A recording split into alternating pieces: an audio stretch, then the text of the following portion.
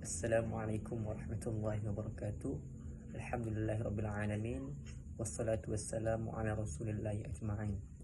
Rabbi yassir wa la tu'assir, Rabbi tammim bil khair. Ya Fattah, ya Alim, iftah qulubana futuhal arifin.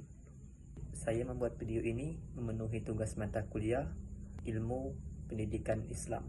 Perkenalkan, nama saya Muhammad Taqin Roza dengan NIM 2411003487. Prodi saya Pendidikan Agama Islam. Coba bayangkan ini sejenak.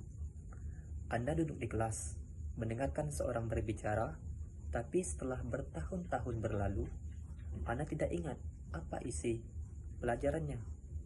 Yang Anda ingat adalah bagaimana ia memperlakukan Anda, suaranya, tatapannya, kebaikannya, atau justru lukanya. Itulah kekuatan seorang pendidik.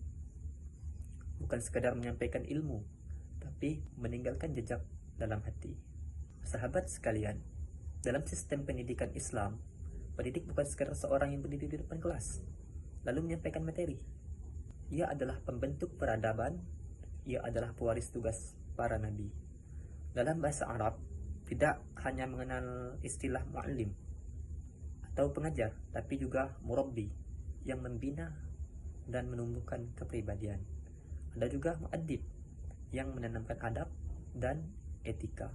Dan ada juga mursyid yang membimbing secara spiritual menuju kebenaran atau menuju jalan Allah. Maka dari itu, menjadi pendidik dalam Islam bukan hanya profesi, tapi misi suci. Pertanyaannya, apa contoh pendidik yang sempurna? Contoh paling sempurna tentu saja adalah Rasulullah SAW. Beliau tidak hanya menyampaikan wahyu, tapi juga menanamkan cinta. Beliau tidak hanya mendidik sahabatnya, tapi menjadi bagian dari kehidupan mereka. Beliau mengajarkan dengan kasih, membimbing dengan hikmah, dan mendidik dengan akhlak. Tak heran, generasi yang beliau bina dikenal sebagai generasi terbaik sepanjang sejarah manusia. Untuk bisa menjalankan peran ini, seseorang pendidik harus memiliki 3 hal. 1.